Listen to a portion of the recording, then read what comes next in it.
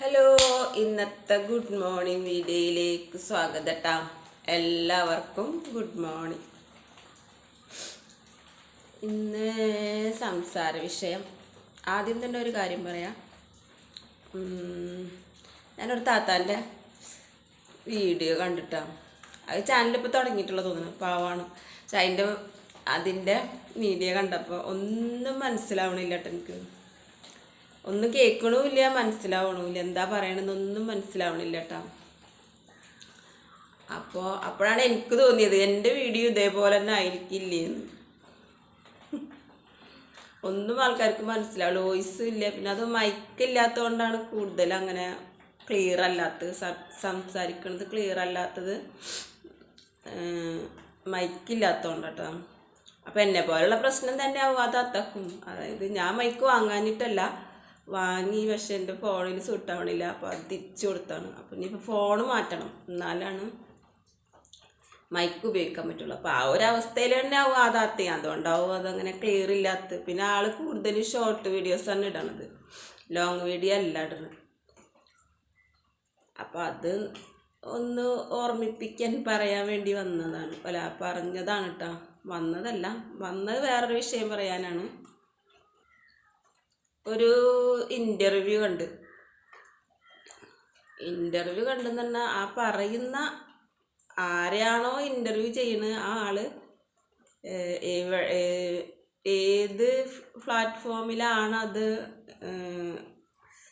Celebrity ആയതെന്ന് എനിക്കറിയില്ല. അതായത് സിനിമയിലാണോ, ഈ ഫേസ്ബുക്കിലാണോ, യൂട്യൂബിലാണോ, എങ്ങനെയാണ് ആള് ഒരു സെലിബ്രിറ്റി ആയതെന്ന് എനിക്കറിയില്ല. ഞാൻ ആളെ കണ്ടിട്ടില്ല, ആദ്യം കണ്ടിട്ടുമില്ല. അപ്പോൾ ഇന്നലെ ഇപ്പോൾ അതിനെ ഇൻ്റർവ്യൂ എടുക്കുന്നത് കണ്ടതാണ്. അപ്പോൾ ആളെന്ത് പറയണമെന്നറിയോ? ഒരു പെൺകുട്ടീനെ കല്യാണം കഴിച്ചു കൊടുക്കുമ്പോൾ അവരെ മാതാപിതാക്കൾക്ക് ഒരുപാട് വിഷമങ്ങൾ ഉണ്ടാവില്ലേ? കല്യാണം കഴിച്ച് കൊടുത്ത് ഭർത്താവിൻ്റെ വീട്ടിലേക്ക് അയക്കുമ്പോൾ അവരെ 10-18 വയസ്സ് വരെ, 20 വയസ്സ് വരെ, 25 വയസ്സ് വരെയൊക്കെ വളർത്തിയിട്ടാണല്ലോ കെട്ടിച്ചയക്കണത്. അപ്പോൾ ആ പെൺകുട്ടി അവരുടെ ജീവിതത്തിൽ നിന്ന് ഇറങ്ങി പോകുമ്പോൾ അവർക്ക് ഒരുപാട് വിഷമം ഉണ്ടാവില്ലേ? അതേപോലെയുള്ള വിഷമം ചെറുക്കൻ്റെ മാതാപിതാക്കളും അനുഭവിക്കണം. അപ്പോൾ ആ ഒരു വിഷമം ചെറുക്കൻ്റെ വീട്ടുകാർ അനുഭവിക്കുന്നുണ്ടാവില്ല. കാരണം അവിടെ നിന്ന് ഇങ്ങോട്ട് കെട്ടി വന്നിട്ട് ഇവിടെ നിൽക്കുകയാണല്ലോ. ഇവരെ മകൻ എവിടെയും പോകണില്ല, ഇവരെ മകനെ ആരൊന്നും പറയണില്ല. അതേപോലെ അവിടെ പോയിട്ട് നിൽക്കുന്നില്ല. പിന്നെ അവരെ മകന് എങ്ങനെയാണോ ജീവിച്ച് വന്ന ആ സാഹചര്യത്തിൽ കൂടെ തന്നെ, ആ അവസ്ഥയിലൂടെ തന്നെയാണ് പിന്നെയും ജീവിച്ച് പോണത്. അവൻ്റെ ഒരു അവസ്ഥകൾ മാറുന്നില്ല, സാഹചര്യങ്ങളൊന്നും മാറുന്നില്ല, ഒക്കെ അതേപോലെ തന്നെയാണ്.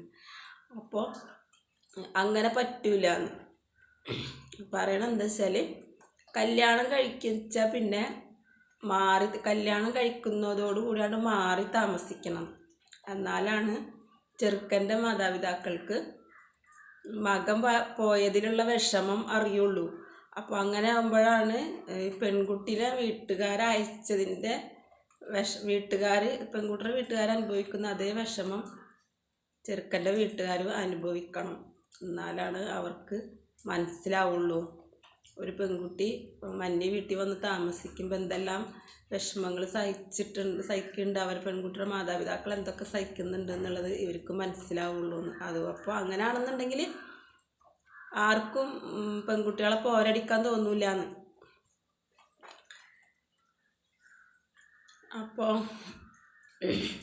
ഞാൻ പറയണത് മാറി താമസിക്കണം. അതിൻ്റെ അതിൻ്റെ ഒരു അവസ്ഥ ഉണ്ട്. ആ ഒരു അവസ്ഥയിൽ എത്തുമ്പോൾ മാറണം. അല്ലെങ്കിൽ അതിനൊരു സമയമുണ്ട്. ആ സമയത്തെത്തുമ്പോൾ നമ്മൾ മാറണം. അത് പിന്നെയും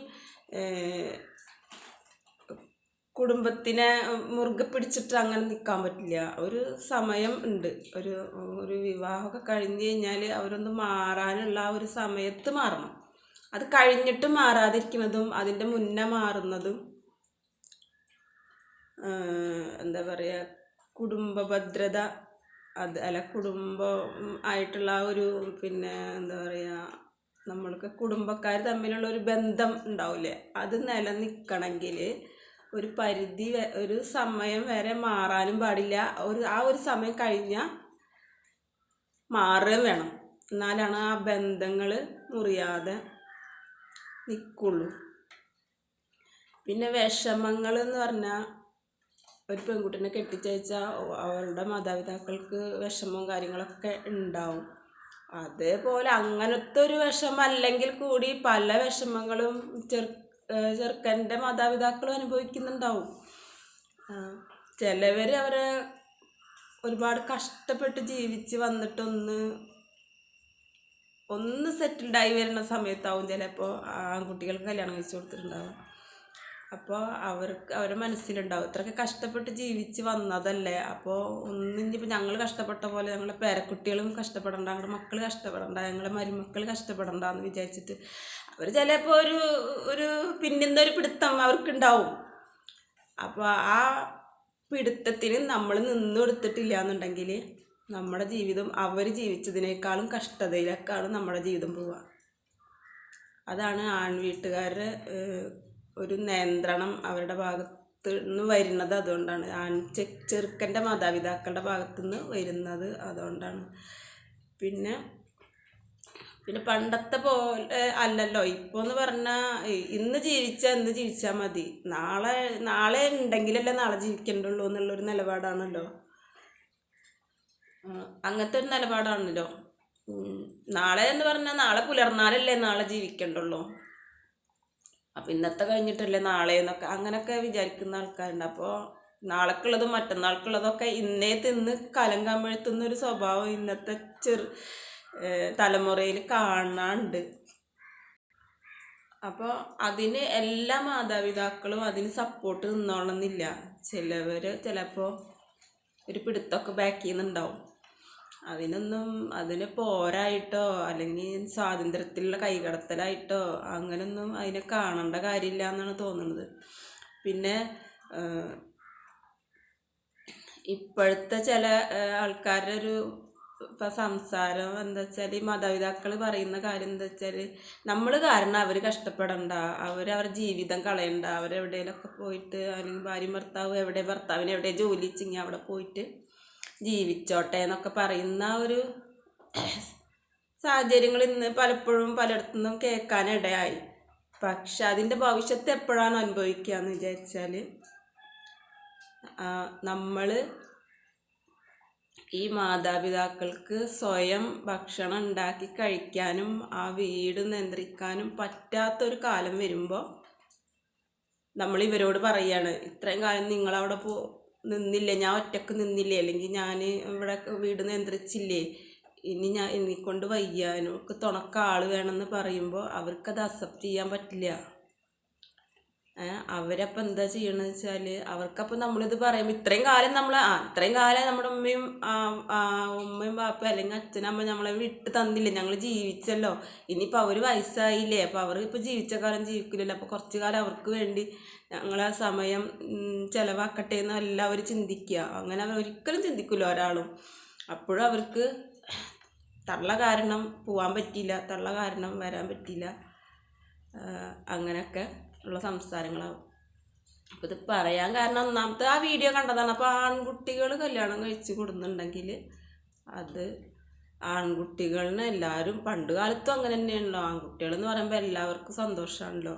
ഇന്ന് അങ്ങനെയല്ല, ഇന്ന് കുറച്ചൊക്കെ പെൺകുട്ടികൾ ഉണ്ടായ അത്ര അന്നത്തെ പോലെയുള്ള ആദ്യം വ്യാധിയൊന്നുമില്ല. എന്നാലും പെൺകുട്ടികൾ കല്യാണം കഴിച്ച് കൊടുക്കേണ്ട ആൾക്കാരാണ്, കല്യാണം കഴിച്ച് പോകേണ്ടതാന്നൊക്കെ ഇന്ന് എല്ലാവരുടെ മനസ്സിലുണ്ട്. ആൺകുട്ടികളാകുമ്പോൾ ആ കല്യാണം കഴിച്ച് കൊണ്ടുവന്നാൽ എനിക്ക് സഹായത്തിന് ഒരാളായി അല്ലെങ്കിൽ എനിക്ക് തുണക്ക ഒരാളായി എന്നൊക്കെ ചിന്തിക്കുന്ന മാതാപിതാക്കൾ തന്നെ ഇപ്പോഴും ഉള്ളതെന്ന് തോന്നുന്നു. അപ്പോൾ അങ്ങനെയുള്ള കാര്യങ്ങളാണ്. അപ്പോൾ ആൺകുട്ടികൾ വേറെ കല്യാണം കഴിച്ച് പിറ്റുന്ന അല്ലെങ്കിൽ കല്യാണത്തിന് മുന്നേ വീടൊക്കെ സെറ്റാക്കിയിട്ട് കല്യാണം കഴിഞ്ഞ ഉടനെ ആ വീട്ടിലേക്കാണ്ട് പോയി അതൊന്നും നടക്കണ കാര്യങ്ങളല്ല. മനസ്സിലാവണ്ട. രക്ഷിതാക്കളുടെ എന്താ ഇപ്പോൾ പുകയെ അത്രയും കാലം 10-25 വയസ്സ് 24 വയസ്സ് വരെ 26 വയസ്സ് വരെയൊക്കെ ആൺകുട്ടികളെ വളർത്തി ഉണ്ടാക്കിയ രക്ഷിതാക്കൾ എന്താ പുകയാണോ? നിങ്ങൾ കല്യാണം കഴിഞ്ഞാൽ അന്ന് തന്നെ അങ്ങോട്ട് മാറി താമസിക്കാൻ ഇവരെ വിഷമങ്ങൾ അനുഭവിക്കും. ഇവർ ഒരു വിഷമം അനുഭവിക്കാണ്ടൊന്നും ആവില്ല ആൺകുട്ടികളെ വളർത്തിയിട്ടുണ്ടാവുക. പെൺകുട്ടികളെ വളർത്താൻ മാത്രമല്ല വിഷമങ്ങൾ, ആൺകുട്ടികളെ വളർത്താനും അത്യാവശ്യം വിഷമങ്ങളൊക്കെ ഉണ്ട്. അവർക്കൊരു കല്യാണമൊക്കെ കഴിച്ചു കൊടുക്കുക. ഇന്നത്തെ സാഹചര്യത്തിൽ എന്തല്ല എത്ര വിഷമമുണ്ട്. ഒരു പെൺകുട്ടികളെ കെട്ടിക്കണായിട്ടും വിഷമമാണ് ഇപ്പോൾ ആൺകുട്ടികൾക്ക് കല്യാണം കഴിച്ചു കൊടുക്കാൻ. അപ്പം അതൊക്കെ കഴിഞ്ഞിട്ട് ആ ചട്ടിങ്കാലൊക്കെ എടുത്ത് വെച്ചിട്ട് അവരങ്ങോട്ട് പോവുകയാണോ?